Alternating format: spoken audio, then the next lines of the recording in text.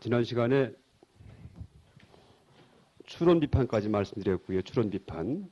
그래서 일단 중간 논리에 대한 이 전체적인 소개가 다 끝났는데, 이제 항상 이 공사상 중간 논리는 이제 조심해야 될 점이 있습니다. 먼저 전전 시간에 한번 말씀드렸지만은 이게 자칫하면은 우리의 관념만 다 파괴시키고 감성은 전혀 정화되지 않았을 경우에 이 가치 판단이 상실돼 갖고 이제 막행막신 또 하고 하는 이제 그런 비윤리적인 행동을 할 수 있는 이제 그런 위험성이 있죠. 그래서 이제 용수보살께서도 이 중론에서 먼저 이제 소개드렸던 그 개성을 다시 한번 보겠습니다. 관행품에 보면은요, 관행품에 제9개 9번째 개성인데, 그러니까 페이지는 책으로 봐서 236페이지예요. 236페이지고요.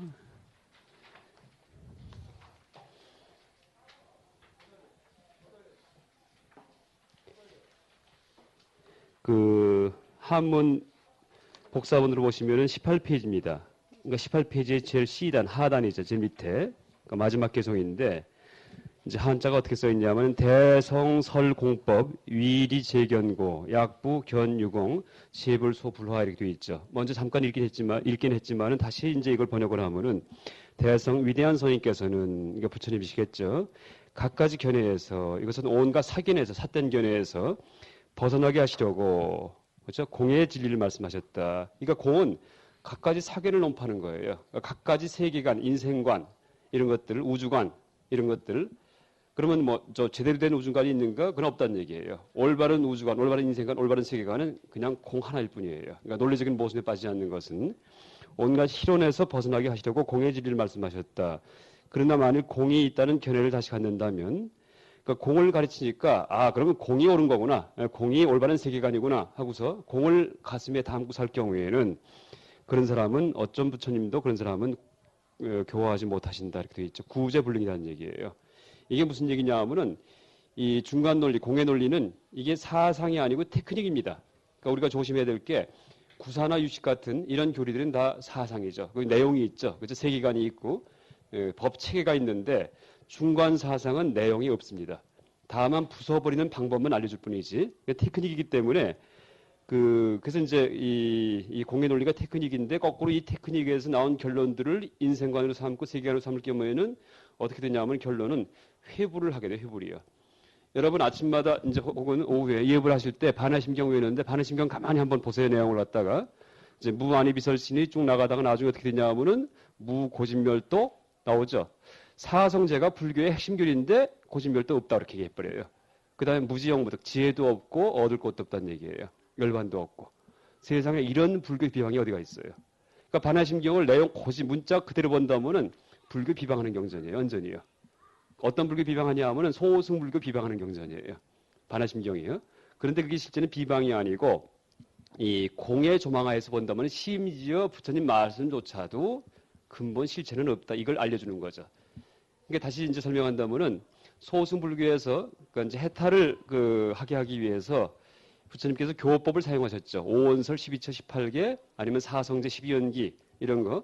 근데 반야심경에서는 어떤 얘기를 하는 거냐 하면은 그런 것은 다만 교법일 뿐이기 때문에 뗏목일 뿐이기 때문에 도달하고 나면은 버려라는 얘기예요. 뗏목 버려라, 뗏목 버려라가 이 반야심경이에요, 사실은요. 그러니까 뗏목 버려라. 제발 좀 뗏목을 버려라. 그러니까 12연기도 무무명 내지 영무무명진 내지 문호사 이렇게 나가잖아요. 무슨 얘기냐면 무명도 없고 원래 12연기도 부처님 가르침의 핵심이에요. 무명이 있으면 행이 있고 행이 있으면 식이 있고 이렇게 나가는 건데 12연기도 없대요. 무명도 없고 행도 없고 식도 없고 다 없어요. 또 12연기의 헌멸문은 무명이 멸하면 행이 멸하고 행이 멸하면 식이 멸하고 하면서 이렇게 나가는 건데 무명진도 없고 노사진도 없어요. 노사가 지나는 것도. 그러니까 이제 이 생략을 했지만은 그 요점은 12연기에 이 유전문도 없고 헌멸문도 없고 사성제도 없고 깨달음도 없고 이렇게 얘기하는 거예요. 이게 무슨 얘기냐 하면은 그런 개념들은 전부 다 전체가 다 이제 이 피 안에서 차 안에서 피 안으로 건너가게 해주기 위해서 쓴 그런 뗏목과 같은 부처님의 교법일 뿐이라는 얘기예요. 그래서 실제 반야경은 우리가 실제 불교에 입문할 때 사실은 독송하는 경전이 아니에요. 이 반야경은요. 또 반야경 보면은 이 대품 반야경 같은 데 보면은 그걸 듣는 분들이 어떤 분들이냐 하면은 대개 다 아라한들이에요. 아라한들. 그러니까 소승교법 12연기 사성제에 의해서 이제 이 피 안으로 건너간 분들이에요. 그런 분들한테 뗏목 짊어지지 말고 버리라고 던져버리라고 그렇게 얘기를 하는 거예요. 이게 반야경이에요. 반야 공사상이죠. 그러니까 실제는 반야경이 엄청나게 수준 높은 경전이에요. 그러니까 사성제가 뭔지 알고 지난 시간에 얘기했던 사성제 교리에 의해서 이제 아라한까지 되는 아나함, 사다함 같은 이거 다 취득한 분들이 나중에 가서 본인이 수행에 사용했던 교법들 다 던져버리게 하는 게 이 반야심경이에요. 근데 이제 그러니까 실제 이 버리게 하는 그 논리가 공의 논리인데 그럼 그 버린 그 상태가 그럼 올바르냐 할 경우에는 만약에 그 버린 것들 이것을 진리라고 볼 경우에는 실제는 그 불교 비방하는 거죠. 그렇죠? 부처님 말씀하신 거 사성제에는 사성제 없다, 12연계 없다, 깨달음도 없다 이렇게 얘기를 하는 거죠. 그래서 우리가 이 중관학에서 이 중론 또 실제 중론 전체 내용을 보시면 한번 읽어보세요. 그럼 나온 결론들은 여기에 열반도 없고 윤회도 없어요. 부처님이 윤회를 가르치시고 열반을 갖다 지향하라 이렇게 얘기를 하셨는데 그 다음에 물론 사성제도 없지만은 여기에 뭐 전도, 삼독심도 없고 삼독심을 버릴 것도 없고 맨 그런 얘기만 나와요. 결론을 본다면은. 근데 우리가 그런 결론에 의지해서 불교에 들어갈 경우에는 불교 공부 못한다는 얘기예요. 아무것도 없기 때문에. 그럼 이제 이 공이 뭐냐면은 근데 이제 그런 결론들을 가슴에 품고 살 경우에는 그게 바로 공병이에요. 공병. 그래서 이 공은 논리고 테크닉이기 때문에 비유한다면은 마치 빨래비누 같습니다. 빨래비누. 그러니까 우리가 여러 가지 이제 이 번뇌의 때에 의해서 아니면 집착의 때에 의해서 마음이 물들어 있는데 이걸 다 빨아버리죠. 공의 논리에 의해서. 근데 우리가 빨래를 할 때 어떻게 빨래를 합니까? 그러니까 흰 천이 얼룩이 묻었을 경우에 비누를 묻혀갖고 빨죠. 한참 빨았는데 하이타해갖고 빨았는데 나중에 하얗게 되죠. 그러면 때가 빠져갖고 그러면 그걸 그냥 말리면 됩니까? 안 됩니까? 그냥 말리면 색깔은 하얗지만은 비누 냄새가 펄펄 나요. 거기서요. 그러니까 다시 한번 물에 헹궈내야지 돼요. 그 비누가 공이에요. 공의 논리고. 그래서 이제 실제 이 공의 논리에 의해서 불교 교리를 한번 쫙 조망을 했으면은 그 다음에 어떻게 돼요? 공도 다시 버려야지 돼요. 다시요. 공도 역시 공하다. 이게 그 말입니다. 공역 부공 이렇게 나가죠. 그래서 이제 우리가 공은 테크닉이기 때문에 이 테크닉으로서의 공을 어떤 사상으로 착각했을 경우에는 이제 자칫하면은 공견에 빠져갖고 공견. 그러니까 공을 인생관, 세계관으로 삼는 거죠. 공견. 혹은 락공. 그러니까 공에 떨어졌다. 혹은 공병에 들었다. 공병. 이 잘못하면은 공사상은 잘못 공부하면은 다 병이 들어버려요. 병. 진짜로 따져보면은 이 세상 만사가 다 해체가 돼버리니까 하나도 잡을 게 없어요. 선도 악도 없고 아무것도 없어요. 계율도 없고 보시할 것도 없고. 왜? 무주상 얘기하죠. 받는 사람도 없고 주는 사람도 없고 주는 물건도 없어요. 이게 공의 측면이에요. 그런데 뭐라고 얘기합니까? 금강경서는 무주상 보시하라 이렇게 얘기해요. 항상. 무주상만 얘기하는 게 아니고 무주상만 집착을 하면 이게 공병이에요. 근데 보시하라 이게 들어가기 때문에 티를 내지 않고 베푸는 이제 그런 보상이 나오는 거죠. 그러니까 육바라밀 같은 경우도 보시와 보시 바라밀이 다릅니다. 보시는 베풀기만 하는 거예요. 이건 티를 내도 괜찮아요. 근데 바라밀이 붙으면은 티를 내지 않고 베푸는 거예요. 무주상 보시가 보시 바라밀이에요. 바라밀에 해당하는 것이 무주상이죠. 그러니까 바라밀이 두 가지 의미가 있는데 바라밀이 이제 그 대승적인 조망에 들어가는 건데 하나가 상급월이고 하나가 하와종생이에요. 그러니까 바라밀의 의미 속에 육바라밀이 전체가 다 그렇습니다. 육바라밀에서 이제 보시 바라밀 할 때 보통 외도든지 세속에서는 베풀기만 하면 돼요. 또 많이 베풀면은 나중에 천상 하늘나라 같은 데 태어나요. 그러니까 좋은 업을 줬기 때문에 나중에. 그런데 이 대승에서는 어떻게 됩니까? 그냥 베풀 게 아니고 바라밀을 베풀면은 베풀면서도 해탈할 수 있다 이렇게 얘기를 하죠. 바라밀이 두 가지 의미가 있는데 하나가 이 공에 대한 조망이에요. 공. 다시 말해 무주상. 베풀어도 베풀 게 없다. 베풀고도 티를 안 내는 거예요. 또 하나는 뭐냐 하면은 자비예요. 자비. 일체 중생의 이제 해탈을 위해서 내가 영겁 동안 이 보살행을 닦겠다는 그런 자비심이 있어야지 돼요. 그러니까 공은 상구본의 측면이고 자비심은 하와 중생의 측면이죠. 이게 두 가지가 결합이 돼야지만 보시 바라밀이에요.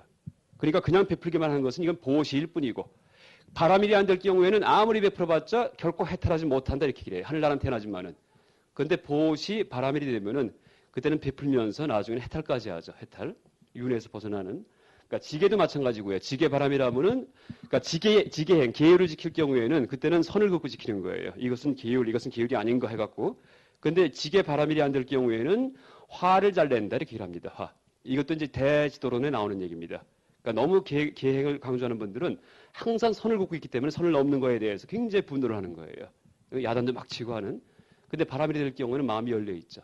그래서 이제 그렇다고 계를 어긴다는 얘기가 아니고 이제 지게바람일은 어떤 경지냐 하면은 계를 파하고 내 마음대로 지범개차 막 하는 게 아니고 그게 아니고 지게바람의 경지는 뭐냐면은 공자님 나이 70경지예요. 나이 70에 어떻게 됩니까? 종심소욕 부류거, 나이 40에 불옥, 그렇죠? 50에 이순, 60에 지천명, 70에 종심소욕 부류거죠. 그러니까 마음에서 내키는 대로 행동해도 하나도 법도에 어긋나는 게 없어요. 그렇죠? 마음대로 하고 싶은 대로 하더라도 남들이 볼 때 철저하게 윤리적이고 철저하게 도덕적이게 선회해야죠. 이게 보면 지게바람일의 경지예요. 멋대로 행동해도 하나 어긋나는 게 없는 거. 그죠? 본인은 멋대로 행동했는데. 근데 이걸 오해를 해서 공병에 들 경우에는 그렇게 행동하는 게 아니고 아무 짓이나 막 하고도 죄책감을 안 느껴요. 이게 공병이에요. 왜냐하면 계율의 실체가 없다, 공하다 하고 이제 공을 인생관으로 삼았기 때문에. 근데 그게 지게바람일이 아니고 아까 말씀드렸듯이 아무리 행동하더라도 너무 선하기 때문에 나을 때부터 선하기 때문에 나쁜 짓을 할 줄 모른다는 얘기예요. 그러니까 본인 딴에는 멋대로 행동했는데 남이 볼 때는 참 착해야죠. 이게 지게바람일이에요. 보시, 지게, 인욕, 정진, 선정 다 마찬가지예요. 선정 같은 경우에는 유마경에 나오는 얘기가 다 그게 바람일이 붙은 거죠. 그냥 행주자가 다 선이다. 그런데도 불구하고 다리꼬고 선을 해요. 이게 선정 바람일이에요. 선에 대한 고정관념은 없지만은 그럼에도 불구하고 중생 교화를 위해서 참선을 닦는 체를 해주는 거, 체를 하는 거예요. 체. 그래야지만 이제 다른 사람들이 참선을 또 해가지고서 그런 조망을 그러니까 체득할 때니까 이게 이제 그 선정 바람일이죠. 행주자가 다 선이다 하는 것은 선에 대한 고정관념을 깨는 거, 선은 공하다 이 얘기고 바람일에 해당하는 거고 앞에 선정자가 붙어 있기 때문에 참선을 해야지 돼요. 다리 꼬고 앉아서. 그래서 이제 이렇게 실제 공이라는 것은 그러니까 세속에 이제 더 씌워진 하나의 조망이죠. 그래서 또 대지도론의 공에 대한 오해를 이제 불식시키기 위해서 어떤 비유를 또 하냐 하면은 소금의 비유를 합니다. 소금.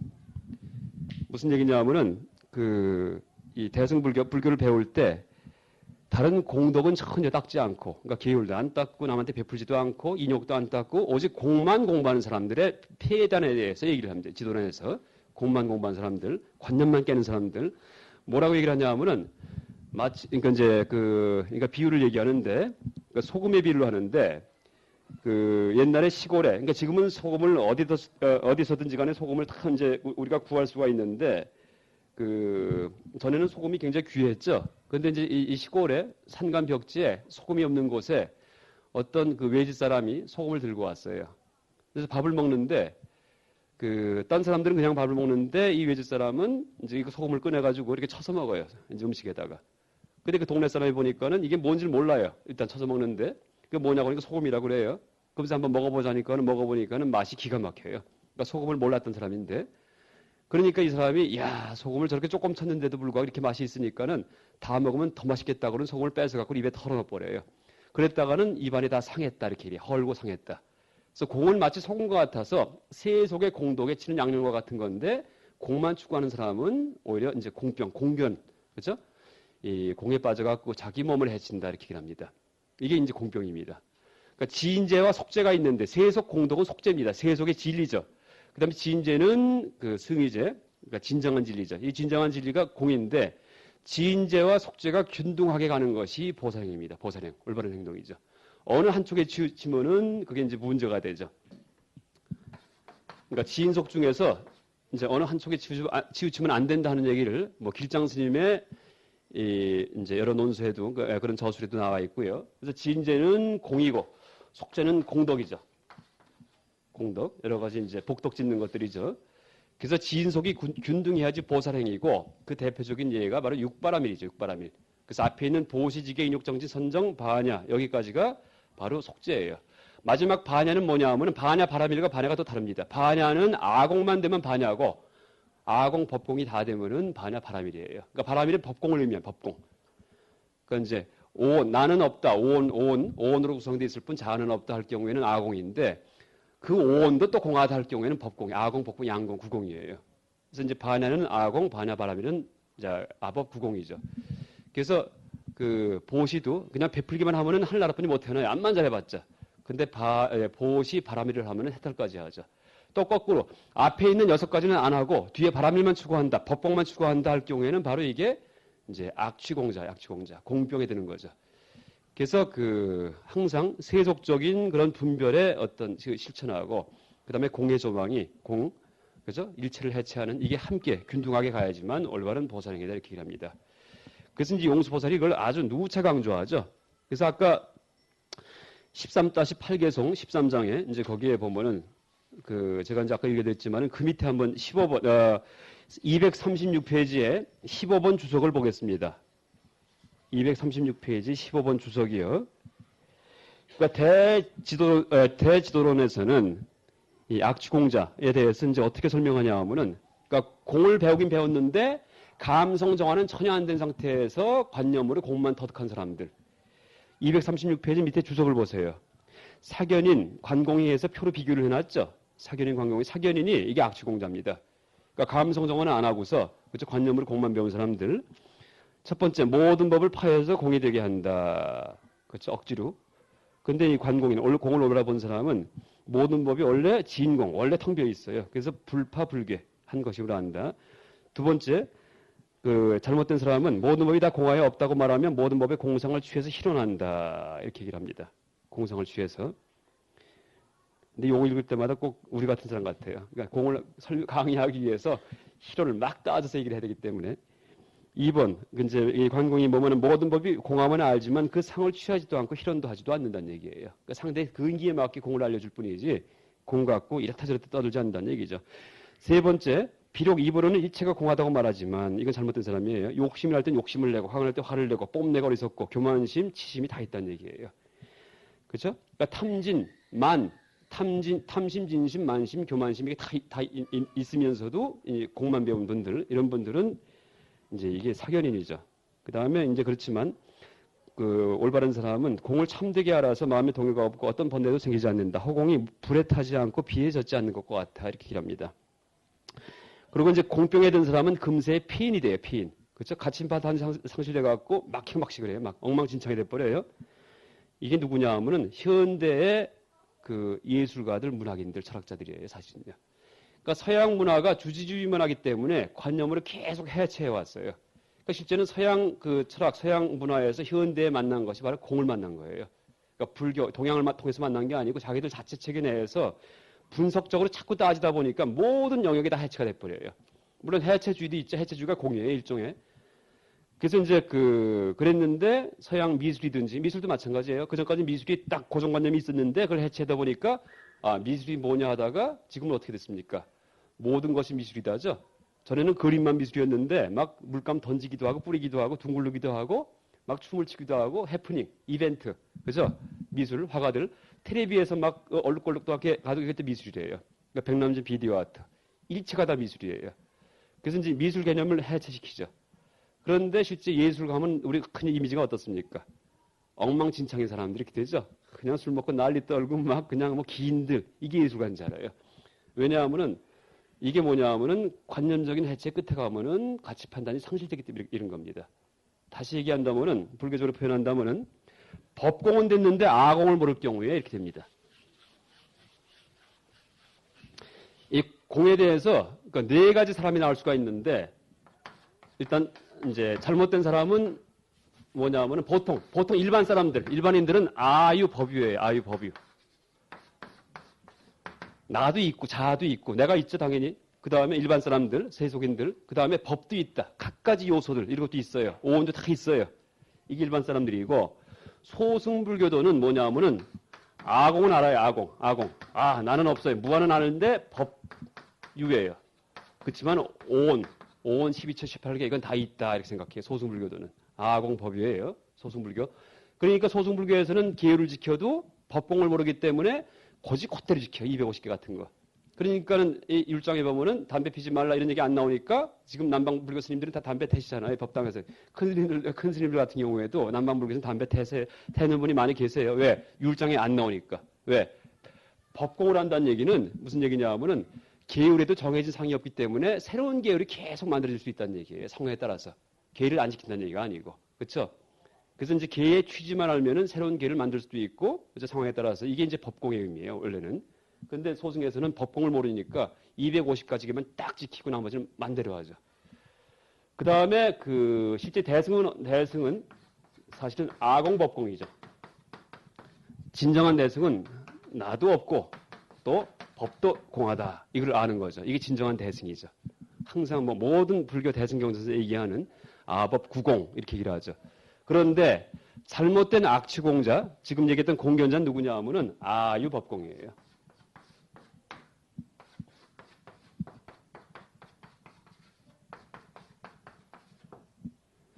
관념은 다 깬 것 같아요. 물론 법공도 안 됐겠지만은 원래는 이제 아공이 안 돼 법공이 안 됩니다. 관념은 생각 속에서는 다 깼어요. 하늘 땅이 다 뒤집히고, 그렇죠? 아무것도 없어 일체가 다 그랬는데 감정, 자기 구심점은 있어요. 구심점이 있으니까 어떻게 돼요? 탐욕심, 분노심이 그냥 남아 있어요. 교만심까지. 탐심, 진심, 만심이 그냥 남아 있어요. 그러니까 그 전까지는 아유 법이니까 탐욕과 교만과 분노 이런 마음이 있더라도 계율이 있고 정해진 게 있기 때문에 그걸 감히 그 선을 넘지를 못해요. 죄책감을 느끼니까. 근데 관념이 깨질 경우에는 어떻게 돼요? 그 다음부터는 탐욕과 분노와 교만을 발휘할 때 죄책감조차 못 느낀다는 얘기예요. 그러니까 일반 사람보다도 더 못한 행동을 할 수가 있다는 얘기예요. 공을 공부하다가. 그렇죠? 공병이 들어갔고 엉망진창이 돼가지고서. 이게 이제 악취공자예요. 그래서 폐인같이 되게 폐인같이요. 그리고 현대 서양 문화에서의 그런 예술가, 문학인들 이런 분들이 실제는 그 우리가 가만히 보면은 이 관념만 깼기 때문에 실제 그 행동들이 엉망진창인 경우, 기인들, 그렇죠? 도덕윤리 다 초월했어요. 이런 분들이 많죠. 그건 틀림없이 잘못된 거예요. 그래서 이제 그런 경계를 이제 용수소설이 많이 하시죠. 그래서 이제 관사제품에 다시 이제 읽어보면은 아까 전에 읽어봤지만은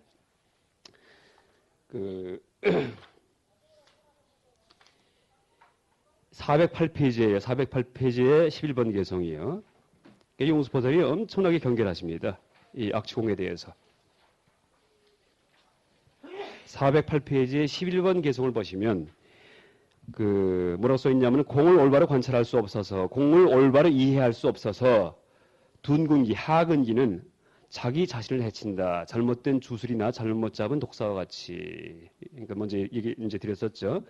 그러니까 서무당에 사람 잡듯이 주문 잘못되면 자기 다친다는 얘기예요. 또 독사 잡을 때 목을 탁 잡아야 되는데 꼬리 잡았다는 물리죠. 거꾸로. 이게 공이에요.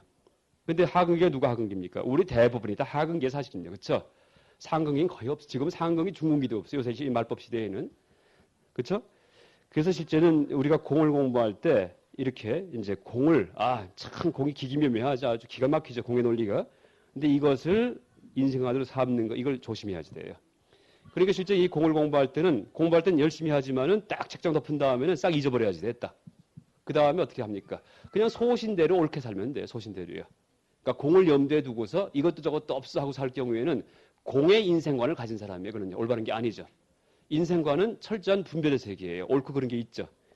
그래서 이제 우리가 이 중론을 통해서 공을 공부할 때 이 악총에 빠지는 거, 공견에 빠지는 거, 혹은 낙공, 공에 떨어지는 거, 혹은 공병에 드는 거 같은 얘기입니다. 이것을 아주 조심을 해야죠. 이제 그렇게 얘기를 합니다. 또 이 용수보살만이 아니고 부처님께서도 가섭소문경에서 가섭이 소문 들은 바를 갖다 적은 경전 가섭소문경에서 어떻게 얘기하시냐 하면은 차라리 수미산 같은 아견을 가질지언정 공견을 갖지 말아라 이렇게 하세요. 공견. 그죠?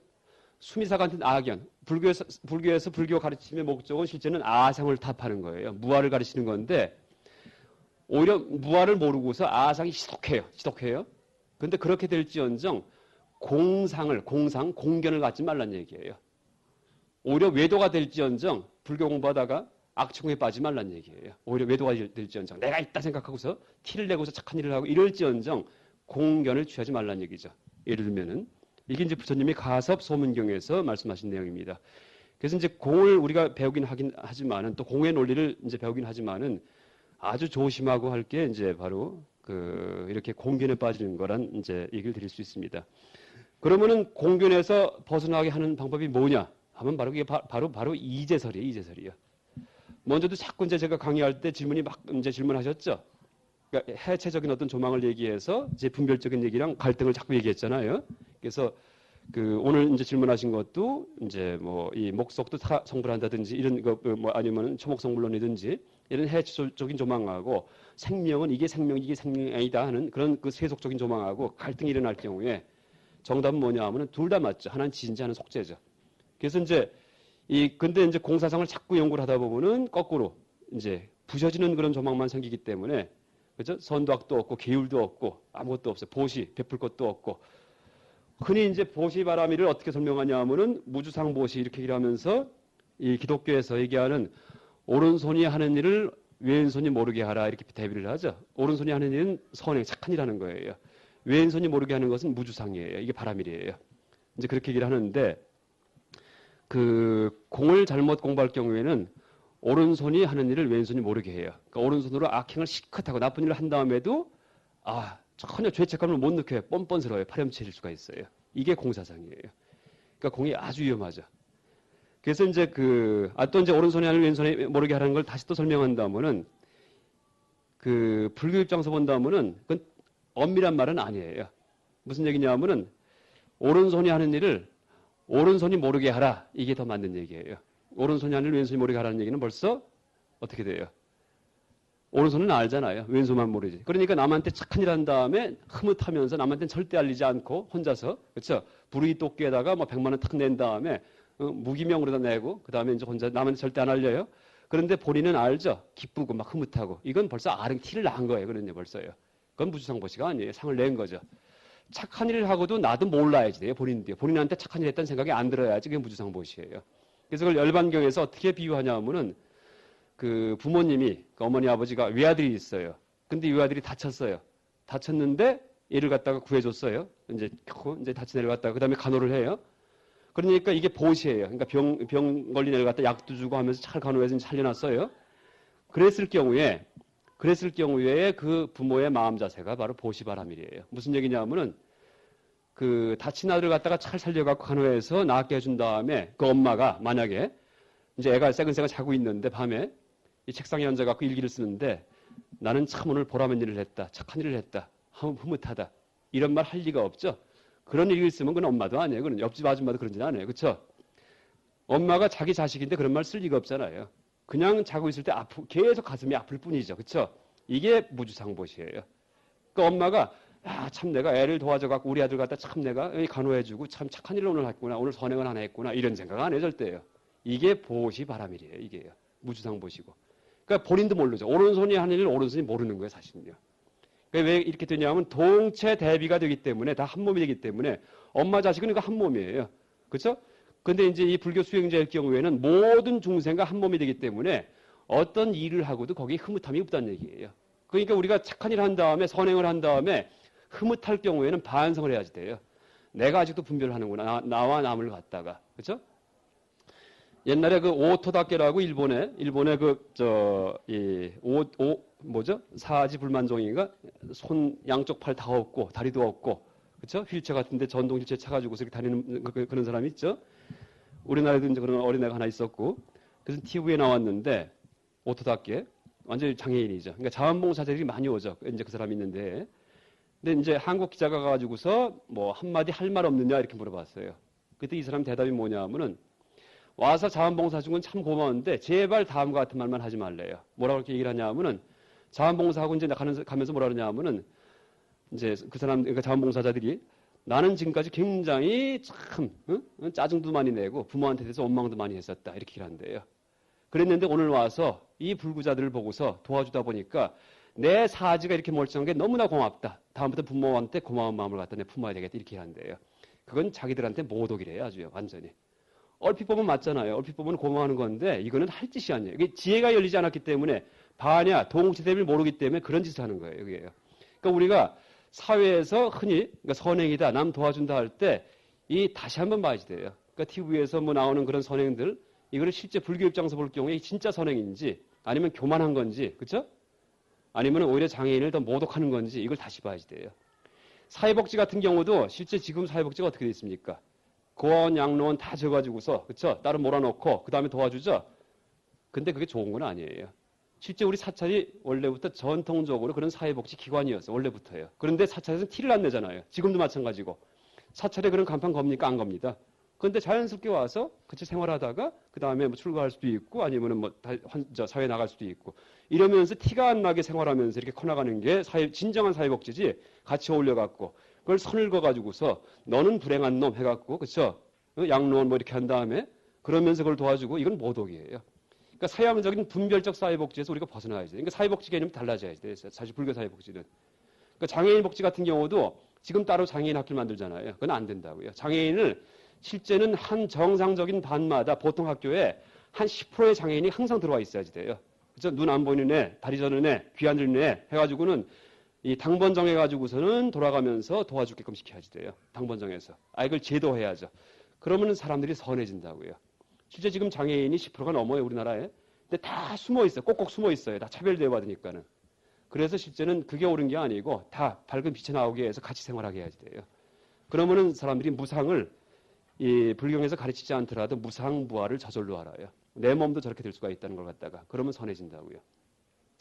또 하나 사회복지 말씀 나온 김에 하나 더 얘기 드린다면은 사회복지가 남 도와주는 건데 우리가 병든 사람 빵 주고 밥 주고 뭐 약 주는 건데 엄밀히 보면 그 사람 해치는 거예요. 무슨 얘기냐면은 우리가 남 도와줄 때도 그 사람 받을 복이 없는 사람은 도움을 못 받는다 이렇게 얘기를 하죠. 우리는 도와주는 신용을 내는 거고 그 사람 미래에 받을 자기 그 선업의 과보를 갖다 미리 까먹는 거예요. 도와줘가지고서. 그렇잖아요. 인과응보의 법칙이 세상을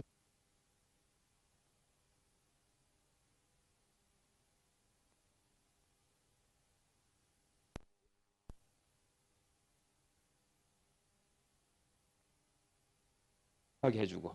그렇죠. 이게 진정한 불교적인 사회복지예요. 그러니까 빵만 주고 병만 고쳐주고 끝이 없다는 얘기예요. 이거는요. 그리고 실제 상대를 해치는 거고 상대가 받을 복을 다 까먹게 만들어버리는 거고. 그러니까는 일단 도와주고 나서 본인이 선업짓기 하고 또 본인이 참여하고 하고 그래서 스스로 제 발로 이 복을 쌓아가지고 또 이제 악업을 다 정화시키고 이래서 스스로 일어나게 해주는 게 이 불교적인 사회복지죠. 그러니까 우리가 실제 불교인들이 사회 참여 이제 좋죠. 원래는 옛날에는 안 했지만은 좋긴 좋지만은 다른 종교에서 한다고 해서 덩다리처럼 가면 안 된다는 얘기예요. 그러니까 우리식의 잣대를 가지고 다시 한번 짜가지고서 진짜 상대를 도와줄 수 있는 이제 그런 사회복지를 해야죠. 어쨌든 이 공사상이 참 아주 기가 막힌 사상일 수도 있지만은 다시 이제 원론 돌아가서 아주 위험할 수도 있다는 이제 그런 얘기를 드릴 수가 있습니다. 그래서 관사제품에 보면은 이제 아까 오전에 얘기를 드렸죠. 모든 게 공하다면은 삼보도 파괴되고 그 다음에 이 사성대도 파괴되고 불교를 비방하는 게 되지 않냐 하니까 용수보살이 모든 게 공하지 않다면 삼보가 파괴된다 하면서 반대 얘기를 합니다. 그러니까 이쪽 얘기를 하니까 저쪽 얘기를 하죠. 시소타기. 이쪽 시소에 올라타니까 저쪽 시소에 올라탄 다음에 서로 막 이러다가는 너 내려 나도 내릴게 하는 거예요. 이게 이제 용수의 상응론법인데 이제 이렇게 얘기를 하면서 중간에 어떤 말이 나오냐 하면은 상대방이 공에 대해서 이제 오해를 왜 했냐 하면은 이의제를 모르기 때문에 오해를 했다 이렇게 얘기를 합니다. 그 상대방이 이제 물어보죠. 모든 게 공하다면 삼보도 없고 사성제도 없다 하니까는 답이 뭐냐 하면은 7번 개성 보세요. 405페이지에 7번 개성 보시면은 그대는 지금 공과 공인 까닭과 공의 의의를 알 수가 없다. 그러므로 스스로 고뇌를 생각한다. 당신은 공을 모른다는 얘기예요. 그런 걸 물어보는 사람은 공을 모르는 사람이라는 얘기예요. 일체가 공하다면 삼보가 파괴된다. 그건 공을 모르는 사람의 얘기라는 얘기예요. 그러면서 쭉 얘기하다가 8번 개성 보세요. 8번 개성 406페이지에 모든 부처님들께서는 이제에 의거하여 중생을 위해서 법하신다. 첫째는 세속제, 둘째는 제1의제. 공은 이것은 세속제가 아니고 제1의제, 승의제예요. 제1의제, 승의제, 지인제 다 같은 얘기입니다. 그러고 어떻게 돼요? 삼보, 그 다음에 어떻게 돼요? 아라한, 아나함 같은 이 사양사과 다 속죄적인 분별이에요. 수행기회 같은 것들은. 공은 그걸 다 쓸어없는 그런 진제적인 분별이고, 진제적인 조망이고. 그렇죠? 그 다음에 9번 개성 보세요. 만일 사람이 이의제를 분별할 수 없다면 심오한 불법에서 진실한 뜻을 알지 못한다. 이의제를 모르면 불교 모른다는 얘기. 그러니까 불교만의 특징이 이의제설이에요. 그러니까 사성제도 불교의 특징이지만은 부처님 가르침을 재정리하는 그런 도구가 바로 이의제설이에요. 이의제. 그러니까 이제 흔히 무아인데 왜 윤회할까? 이것도 딱 답이 아주 간단해요. 무아는 진제고 윤회는 속제예요. 윤회는요. 윤회는 속제고 윤회할 땐 자아가 있는 거예요. 자아가. 자아가 있으면 속제, 자아가 없으면 진제예요. 물론 이제 설명이 또 필요하지만은 그 다음에 10번 개성 보세요. 만일 속죄에 의지하지 않는다면 제1의제를 얻을 수 없다. 제1의제를 얻지 못하면 열반을 얻을 수 없다. 이렇게 되어 있죠. 그래서 이제 그리고 이제 요거는 좀 번역이 한문 번역은 속죄로 돼 있지만은 원래는 위에 거랑 달라요. 범어는. 범어에서는 이제 위쪽에서는 이 산브르띠 이렇게 돼 있고 10번 8번에서는 산브르띠 사띠아 이게 이제 세속죄 덮여 있는 진리 이렇게 되는 거고 10번에서는 비아바라 이렇게 돼 있어요. 이것은 언어 관습이에요. 좀 달라요. 근데 한문 번역은 다 속죄 번역을 해놨는데 이 10번 개성은 무슨 뜻이냐면은 이 언어로서의 세속을 얘기하는 거예요.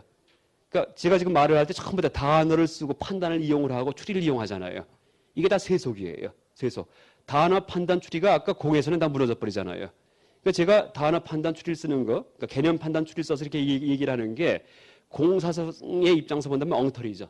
그렇죠? 진제의 차원에서 볼 경우에 이렇다는 얘기예요. 그렇지만 이것은 세속제이기 때문에 세속제에 의거해서 진제를 알려주기 위해서 쓰는 세속제예요. 다시 말해서 나무를 부벼갖고 태울 경우에 나무는 아직 모양이 있죠. 그 목적은 없애는 거예요. 없애기 위해서 부비는 거예요. 이제 그런 식이죠. 그래서 이제 이런 것들이 그러니까 이제 이 공병 그러니까 공사상을 한참 듣고 나서 그러면은 일체가 아무것도 없고 다 파괴되는구나 선도학도 없구나 하는 진제에 집착한 사고방식을 치료해 주는 것이 바로 뭐냐면 이제설이라는 얘기죠. 엄연히 속죄가 있다 이런 얘기예요. 속죄에서는 계율도 있고 베풀 것도 있고 보시, 인욕 다 있죠. 모든 게 다 정진도 있고 참선도 해야지 되고 이게 다 세속죄입니다. 그러니까 이제 공병에 드는 사람들 혹시 공병에 들어서 그동안 가치 판단이 상실해서 그렇죠? 막행막식을 하고 했던 사람들일 경우에는 어떻게 하면 살아날 수 있냐 하면 어쨌든 그동안 지었던 죄업을 참여하고 일단 첫 번째, 두 번째 뭐냐면 앞으로 선업을 많이 지면 돼요. 선업은 이제 여러 가지가 있지만 일단 보시 지게죠. 많이 베풀고 베푸는 거는 재물도 되지만은 법보시도 되고 또 하나는 계를 청정하게 지키는 거죠.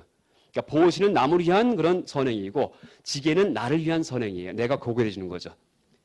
그러니까 불교의 선행은 두 가지가 있습니다. 그러니까 다른 종교에서는 착한 일이라고 할 경우에는 남한테만 착한 일이 있어요. 근데 불교는 고결함이라는 그런 수식축이 있죠. 그러니까 질이 나쁜, 그렇죠? 이제 고결하지 못한 그런 짐승 같은 그런 삶에서 벗어나는 그런 이 청정한 삶. 그게 범행, 그렇죠? 음욕을 바라지 않는 이것도 다 들어가요. 근데 짐승은 창피한 줄도 모르고서 고결하지 못한 이제 그런 삶을 살죠. 사람 중에도 사람도 요새는 또 현대 문명은 겉보기만 화려해졌지 옛날보다 더욱더 동물적으로 된 게 현대 문명이에요. 아주 훌륭한 동물들. 왜? 과학 문명 자체가 뭐냐면 감각 문명. 눈에 보이는 거, 그다음에 빨리 가는 거, 귀에 들리는 거 이런 감각적인 것만 개발한 거예요. 그러니까 감각만 갖고 사는 게 동물인데 사람을 동물같이 만들죠. 정신은 이제 위축되죠. 그러니까 도덕도 없어져 버리고 그래서 어쨌든 이제 이 공병에서 벗어나는 방법은 이제 세속죄, 그러니까 이제 이 고결해지는 그러니까 동물성에서 떠나는 이제 그런 지기행, 그 다음에 남을 위한 보시행 이런 것들을 할 경우에는 공덕이 또 축적이 되면서 여러 가지 몸에 비용이 들고 아니면 여러 가지 이제 우환이 생기고 하는 이제 그런 데서 벗어날 수가 있다 이렇게 갈 수 있습니다. 이게 이제 일단 중론에서 가르치는 공병과 공의 위험성과 그 다음에 공병을 해결하는 방법이죠. 그러니까 이제설이 굉장히 중요해요. 그러니까 길장 스님의 저술 중에 이제의라고 해서 따로 다루고 있어요. 이제에 대해서. 그러니까 길장 스님이 중국 삼론학, 중국의 중관학의 대가인데 이분이 모든 논서에서 이제를 그렇게 강조를 해요. 이제에 대해서. 그래서 이제 우리가 실제 중관학을 공부할 때 딱 두 가지를 익혀야 되는데 하나가 공이 뭔지를 정확히 파악해야 되고 또 하나가 철저하게 이제가 있다는 걸 알아야 됩니다. 이제 진제와 속제가. 특히 속죄가 있다는 것을 갖다가 속죄 이게 중요하죠. 그 다음에 또 하나 이제 얘기 드린다면은 중관학에는 무슨 수행법이 없냐 이런 말씀하시는 분들이 계십니다. 수행법. 근데 수행법은 따로 없습니다. 중관학은. 단 뭐가 있냐 하면은 중관학을 배우기까지 사전 단계에 준비할 수행이 많이 있죠. 그리고 실제 지금 티베트 불교 같은 경우는 중관학이 모든 불교 수행의 제일 끝에 돼 있어요. 제일 마지막에 돼 있어요. 그러니까 불교 이 공부에서. 그래서 이걸 그래서 이제 중관학이 그러니까 불교의 반하지의 끝이다 이렇게 얘기하지. 티베트 불교에서는. 그런데 티베트 불교에서는 이 중관학을 배울 때까지 그 사전 단계에 익혀야 될 그런 심성이 많이 있습니다. 그런 걸 많이 얘기합니다. 그래서 이제 남은 시간에는 지금 이제 그 얘기를 좀 드리겠습니다. 티베트에서 중관학을 배울 때까지 어떤 사전 마음 준비를 가르치는지에 대해서 얘기를 하겠습니다. 그리고 이제 그 내용은 여러분 지금 사신 책 서문에 제가 이제 요약을 해놨습니다. 그러니까 중간학을 배우기 위해서 뭐 아마 그 서문의 앞에 보시면은 갖춰야 될 마음 자세가 그런 제목으로다가 그러니까 제일 처음에 저 머리 아마 일러두기도 앞에요. 그러니까 5페이지 보시면은 중론을 공부하면서 갖춰야 될 마음 자세 이렇게 되어 있죠. 5페이지 보시면은요. 이게 이제 전부 다 공견에 빠지지 않게 하는 방법이죠.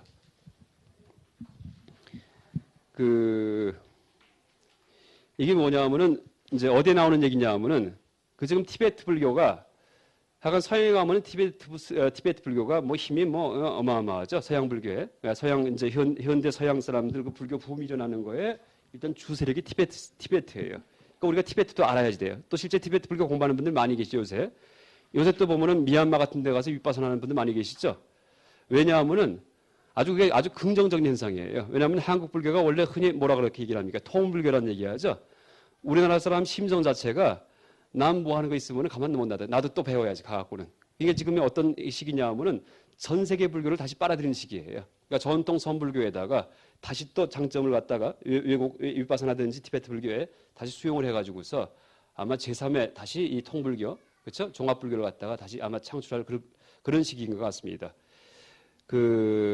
하나 더 얘기 드리면은 제가 이제 어저께 화엄을 얘기 드렸는데 화엄에서 일미진중 함시방 하면서 뭐 핸드폰 얘기 드렸죠.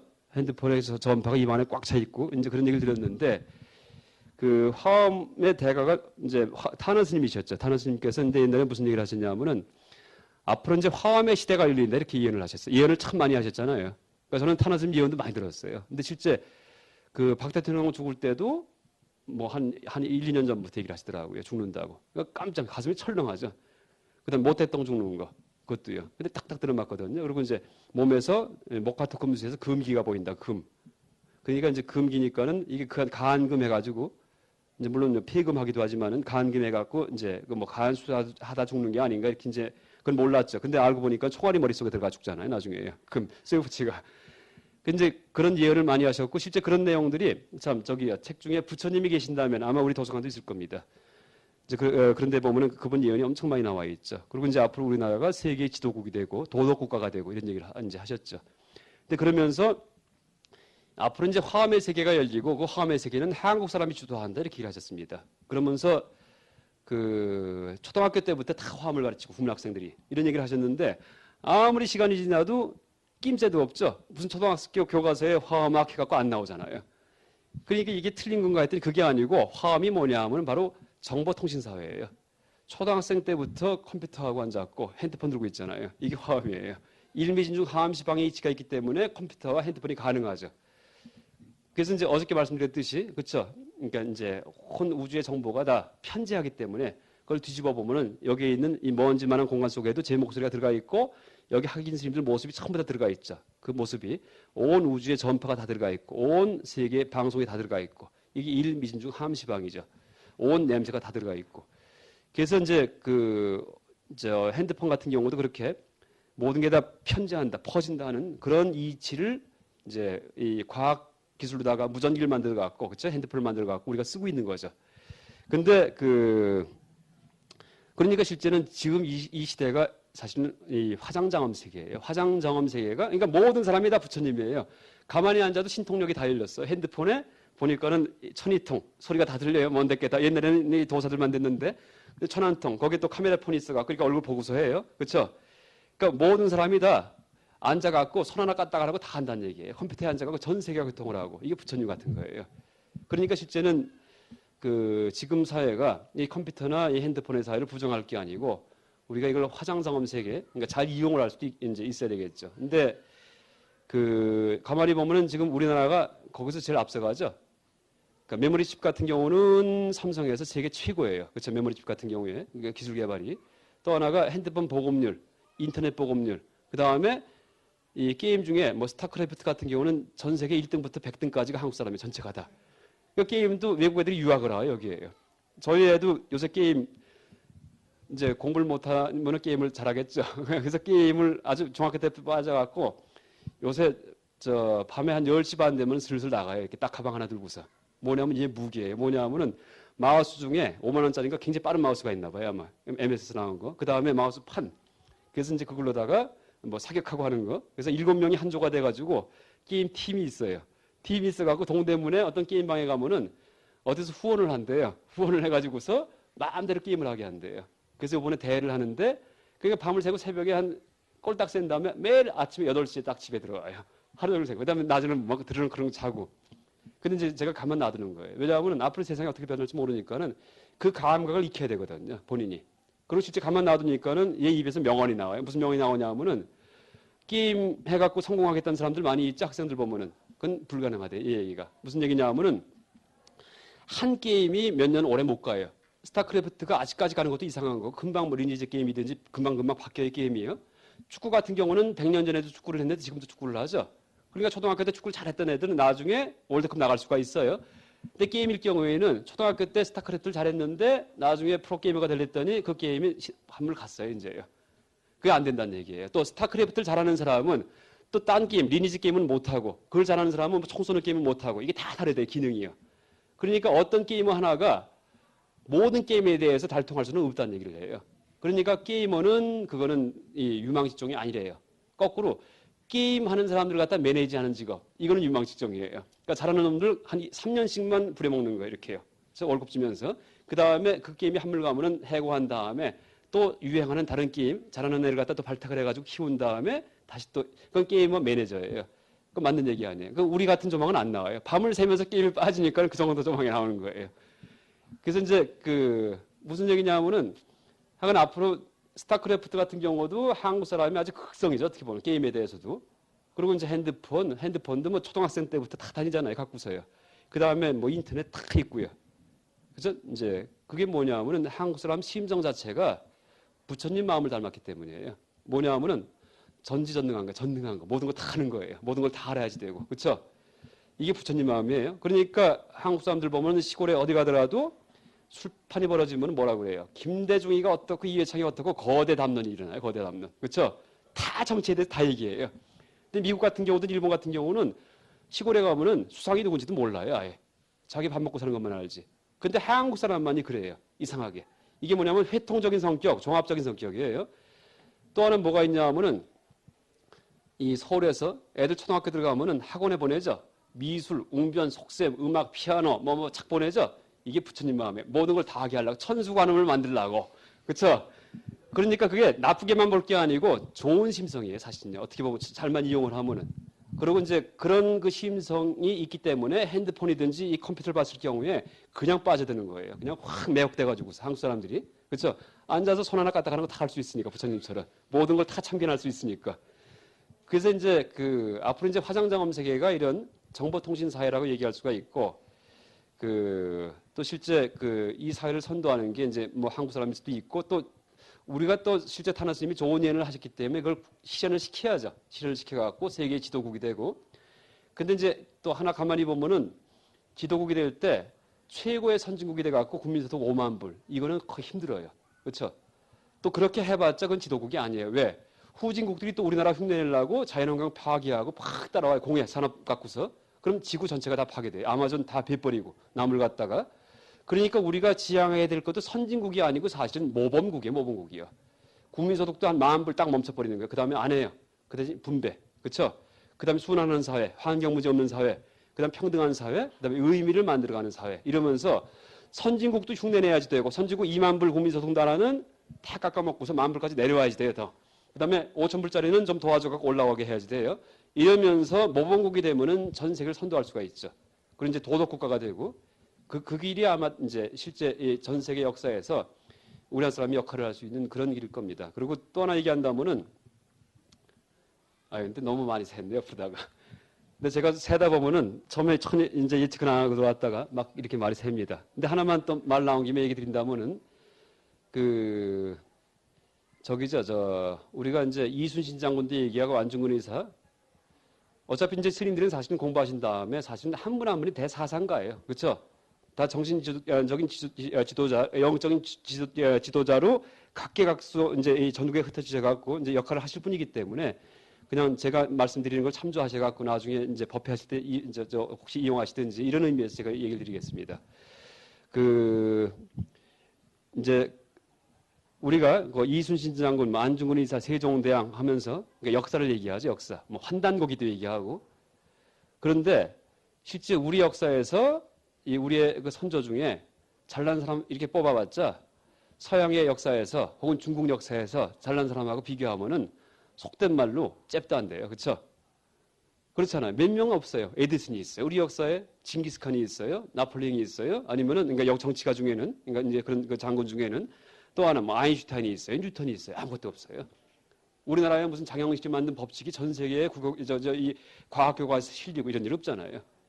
그러니까 거기에 집착하지 말자는 얘기예요. 거기에요. 그러니까 우리 선조는 부끄러웠다. 그렇죠? 이게 사실이에요. 사실은요. 그러니까 더 그걸 그냥 막 왜곡을 해가지고서 막 그냥 뻥튀기 하려고 하지 말자는 얘기예요. 환단고기 막 이러지 말자는 얘기예요. 그러니까 중요한 건 뭐냐면 앞으로가 중요하다는 얘기예요. 그러니까 지금까지는 못난 민족이었는데 침입도 많이 당하고 앞으로는 우리가 가장 잘난 민족이 되겠다. 이게 아마 이제 우리나라가 그렇죠? 동아시아 무슨 중심국이 되는 그런 일일 겁니다. 그러니까 예를 들면 싱가포르 같은 경우가 역사가 있어요, 뭐가 있어요. 그런데 보니까 딱 이제 뭐 규범 잘 지키면서 아주 잘 끌고 가잖아요. 그러니까 그런 식의 그 지향점이 돼야지 옛날 역사 자꾸 끄집으면서 있지도 않은 거 자꾸 만들어갖고 이럴 필요도 없는 거고. 물론 이제 있는 것도 많이, 물론 역사가 중요하긴 중요하죠. 중요하지만은 이제 보다 중요한 게 이제 그런 그 미래에 그 이제 어떤 도덕 지도자들 이런 사람들을 이제 나중 스님들 그 신도분들 중에서 이제 만드는 그런 작업이 해야 될 것 같습니다. 그리고 타나 스님 말씀에 경제 개발을 두 개를 얘기했더라고요. 그러니까 제1의 경제 개발은 열심히 일해 갖고 돈 버는 거고 제2의 경제 개발은 도덕성이래. 이렇게 얘기를 하시거든요. 도덕성이요. 무슨 얘기냐면은 아무리 돈을 우리가 많이 벌어도 지금 이제 풍족하죠. 근데 악업을 짓고 우리가 살죠. 만약에 그럴 경우에는 한반도의 사람들이 나중에 한 100년, 200년 있다가는 또 아주 비참한 사회가 된대요. 여기가요. 왜? 인과응보의 이치가 있기 때문에 한반도에 태어났다가는 또 막 떠돌다가는 또 여기 또 태어나거든요. 근데 이게 요새 악업 짓던 놈들이에요. 그러면은 고생스럽게 살 거 아니에요. 그러려면 가난해야 될 거 아니에요. 그러니까 실제는 여기에 사는 사람들이 영원히 잘 살고 행복하게 살게 만들려면은 실제는 돈만 부지런히 벌 게 아니고 돈을 벌어도 철저하게 이제 도덕적으로, 양심적으로, 윤리적으로, 그죠? 그렇게 살게끔 해야지만 여기가 이제 이게 이제 제2의 경제 개발이죠. 그렇게 얘기를 하시죠. 이게 다 맞는 얘기죠, 사실은. 그리고 실제는 열심히 돈 버는 거는 남들이 할 거고 실제 이 인과응보에서 선업을 짓게 해가지고서 그 사람한테 복을 주는 이제 역할을 하는 것은 앞으로 이제 스님들께서 이제 지도하셔야 될 그런 역할로 생각이 됩니다. 한 이 정도 얘기 드리고요. 이제 티베트 이제 불교를 얘기를 할 텐데 티베트에서 이제 아까 말씀드렸듯이 중론을 모든 수행의 제일 끝에 놓습니다. 그런지 실제 티베트 불교에서 여러분 뭐 달라라마 같은 경우에 미국에 가면은 뉴욕에 이제 공원에 그러니까 메디슨 스퀘어 가든인가 하는 공원에 이제 뭐 4만 5만 명이 모인다는 얘기를 하죠. 서해 가면은 그러니까 뭐 스위스에도 그렇고 하여간 유럽에 가더라도 달라라마가 떴다 하면 어마어마해요. 이제 그분이 이제 가시면은 또 티베트 스님들 한 분이 가서 이렇게 설법을 하면은 또 어마어마하게 모여요. 근데 그런 일이 왜 일어날 거예요? 왜? 그 티베트 스님 설득력도 문제가 이제 물론 그게 설득력이 있기 때문에 그럴 수도 있지만 또 하나가 뭐냐 하면은 그러니까 불교의 인과응보 이치로 본다면은 전생의 티베트 사람들이에요. 다들 서양 사람들이. 왜 그러냐 하면은 티베트 사람들은 그런 얘기하죠. 티베트 사람들이 다 착하다고. 굉장히 착하대요. 왜? 어릴 때부터 인과법을 가르치니까. 그러니까 티베트에 욕이 두 가지가 있는데 하나가 저 사람 참 화를 잘 낸다 하면 그게 엄청난 욕이래요. 그게. 왜냐하면 화를 잘 내는 사람 지옥을 가거든요. 왜? 그 사막도 중에서 지옥은 화 잘 내고 남을 해치는 사람이 가고 악귀는 탐욕이 많은 사람이 가고 짐승은 치심이 많으면 갑니다. 그러니까 탐진치가 사막도에게 대비가 됩니다. 어리석으면 짐승이 되고 욕심이 많으면 악귀가 되고 그 다음에 이제 이 분노가 많으면 이제 지옥에 가죠. 지옥에 가면은 막 이제 해치죠, 괴롭히죠. 옥졸들이 뭐냐 하면은 지옥이나 악귀나 이 축생의 세계가 교육의 장이에요. 그러니까 남을 많이 해치고 욕을 했던 사람은 너도 한번 당해봐라 이놈아 이런 거예요. 그러니까 지옥 가면은 가만히 있는데 옥졸들이 와서 막 찔르고 불에 넣고 그렇게 하죠. 그러니까 지옥에서 고생한 사람들은 나중에 올라와서는 아이고 절대 남을 해치지 말아야지. 내가 해침을 당해보니까 되게 아프더라 이렇게 되는 거예요. 그 다음에 악귀는 욕심냈던 사람이에요.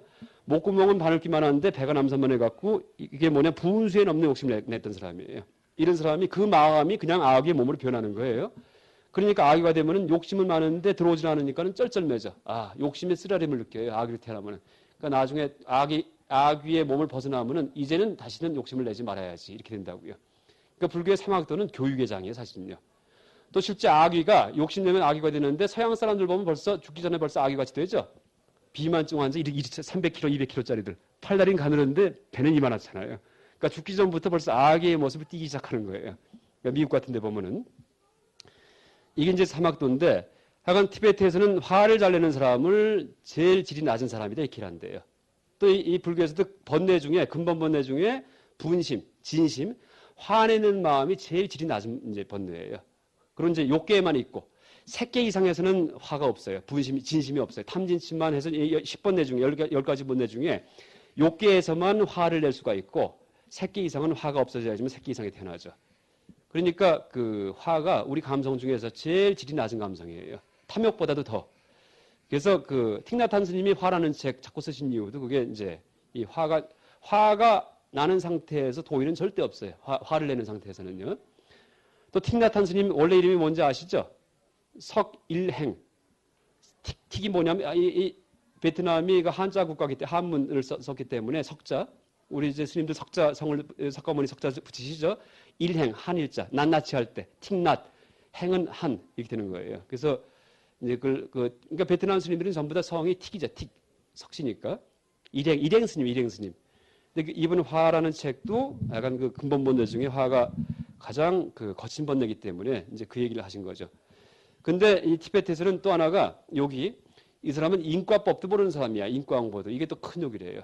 그러니까 함부로 행동할 경우에 일거수일투족이 전부 다 미래의 과보를 초래하는데 함부로 행동할 경우에는 인과응보도 모르는구나 이렇게 얘기를 한대요. 일반 사람들이.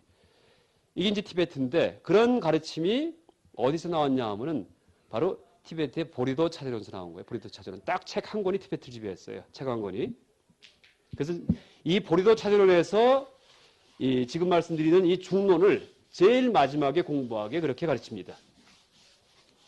그러니까 보리도 차제론이 보리도 차제론 해갖고 깨달음으로 가는 길에 순서를 갖다 얘기한 책이에요. 근데 제일 마지막이 이 중론 공부죠. 중론. 그러니까 보리도 차제론.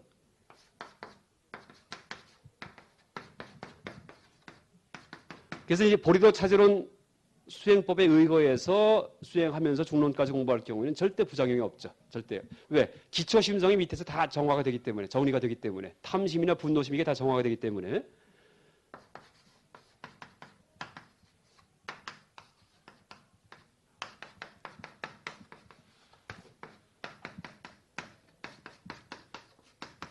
보리는 깨달음이고 도는 길이고 찾는 순서죠. 깨달음으로 가는 길에 대한 그 순서를 얘기한 책. 티베트 말로는 장줍 람님 첸모.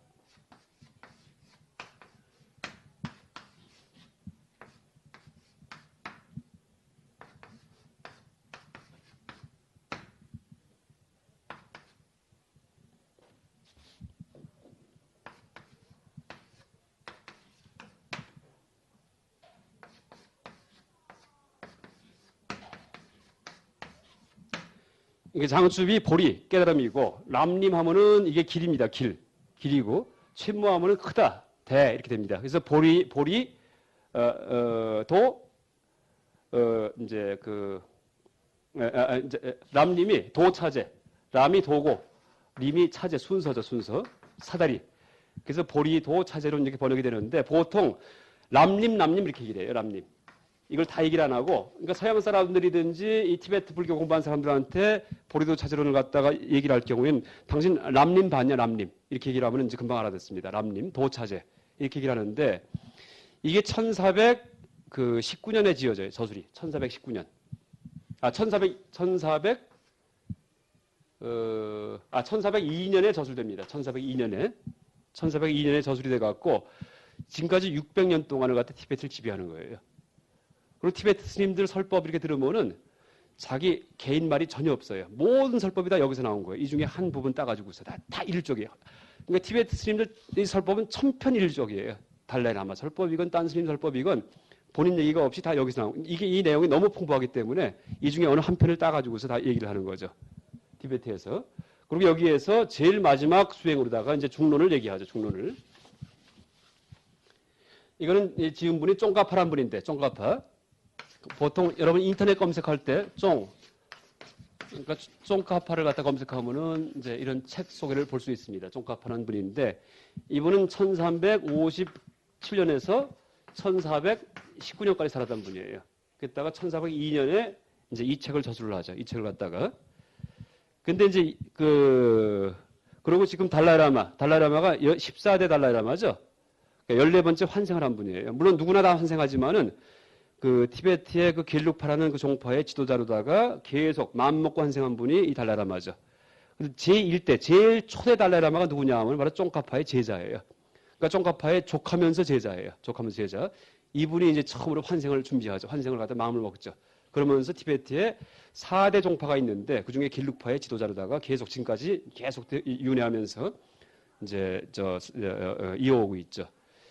그래서 겔룩파가 티베트는 그러니까 4개 종파가 있는데 그러니까 까귀파, 사키아파, 닉마파, 겔룩파 해갖고 닉마파가 옛날 고파고 겔룩파가 이제 달라이라마가 속한 파인데 겔룩파. 근데 이 겔룩파가 한 60% 정도 됩니다. 티베트 불교 인구의 한 60% 정도가 다 겔룩파 소속이죠. 제일 최대 종단이고 겔룩파에서 정치적인 수장도 거기서 뽑히는 거죠. 티베트에서. 나머지 3개 종파가 다 이 겔룩파에 대해서 이제 호의적인 그런 마음을 갖고 있죠. 근데 어쨌든 이 쫑카파가 겔룩파를 만든 달라이라마의 그 스승이었는데 옛날에 이분이 이제 문수보살의 화신이다 이렇게 얘기를 하기도 하고 문수보살. 근데 이제 보리도 찾으러 수행 체계에서는 그럼 중론을 배우기까지 어떤 단계를 거쳐야 되는지 이제 어떻게 얘기를 하냐 하면은 일단 크게 봐가지고서 3단계를 얘기합니다. 3단계. 이 3단계를 3사도라고 표현을 합니다. 그러니까 사람이 걸어야 될 3가지, 3단계의 길 이렇게 얘기를 하죠. 3사도. 그래서 하사도, 중사도, 그다음에 상사도. 그래서 상사도의 제일 마지막에 여기에서 중론을 공부하게 돼 있죠. 중론을. 한 10분 쉬었다가 제가 이어서 다시 하겠습니다. 네.